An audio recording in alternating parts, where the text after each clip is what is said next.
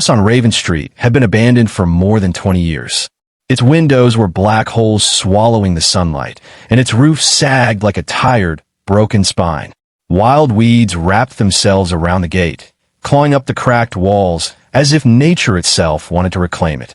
Children in the neighborhood told stories about screams heard at night, flickering lights from its empty rooms, and the ghost of a girl who lingered inside.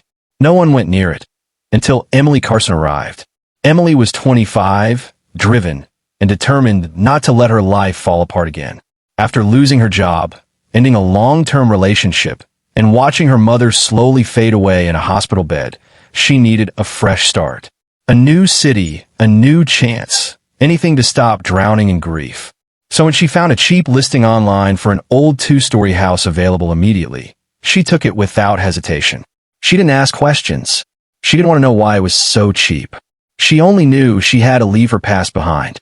She signed a contract and moved in the very next day. The place smelled of dust and old stories. The wooden floors creaked beneath her every step, like the house was whispering secrets. Emily opened all the windows to let sunlight chase away the stale air, but the light seemed to struggle inside, swallowed by shadows that clung to corners. "It's just old," she told herself. Nothing more. She found a small bedroom upstairs, the only room that didn't feel suffocating, and set up her bed there for the first night. But as darkness settled, the silence became heavy. Too heavy. She lay awake listening to the long exhale of the wind, the groaning floorboards, the distant ticking of a pipe, and then, thump! A dull, deliberate sound from downstairs. Emily sat up, heart pounding. It had been loud enough to be real. She waited, listening. No footsteps. No movement. Just the echo of that single thump, still vibrating in her mind. "It's probably just the house settling," she whispered. But her voice trembled. She forced herself to lie back down, wrapped the blanket tightly around her shoulders, and eventually slipped into exhausted sleep. The next morning, she found something strange in the living room. A dusty picture frame lying on the floor, face down. She didn't remember seeing it when she moved in. Carefully, she picked it up.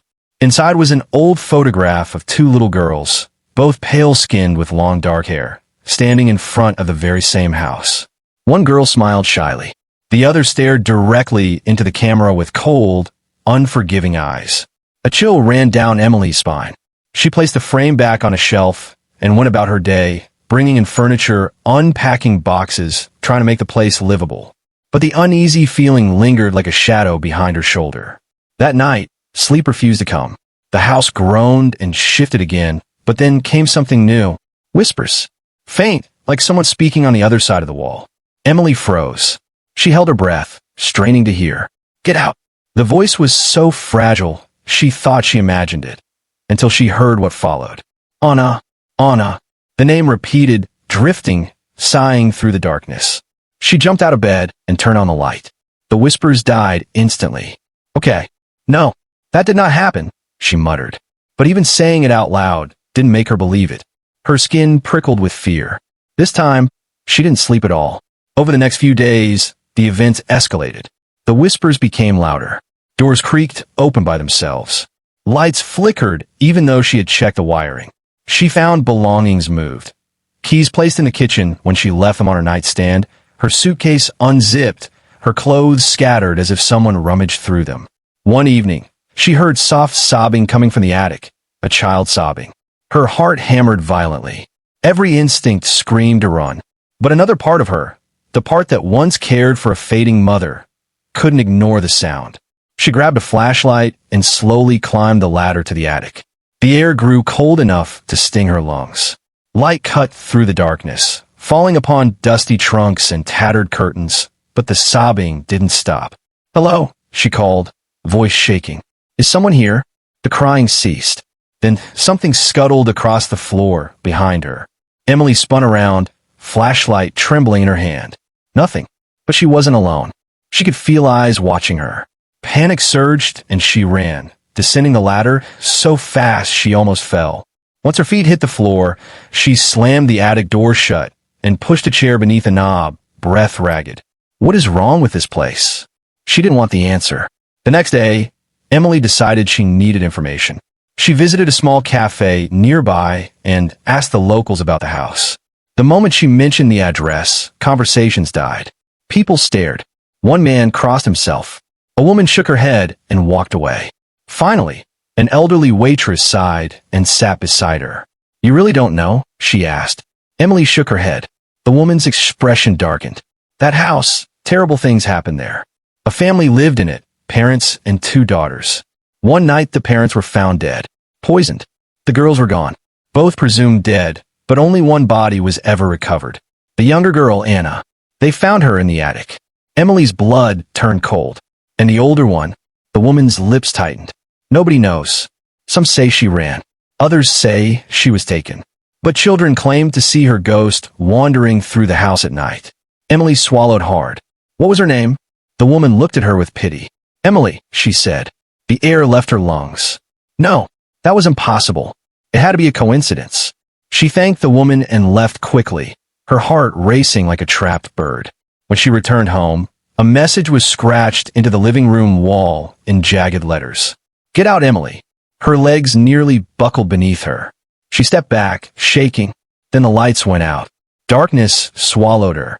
Footsteps echoed behind her, light, quick, childlike. She turned slowly, breath held. Nothing. But the air grew colder. A white mist curled along the floor, creeping toward her feet like icy fingers. And then she heard it, right beside her ear. Anna didn't survive. Emily screamed and bolted out the front door, collapsing onto the grass outside. She stayed there until sunrise, too terrified to return inside. The next morning, determined not to abandon everything again, she forced herself to face the house. She needed answers. Her fear now mixed with anger. She marched inside. "If you want me gone, show yourself," she shouted, her voice breaking slightly. Silence, then a soft giggle. A shadow moved at the top of the stairs, small, childlike. Emily's breath hitched.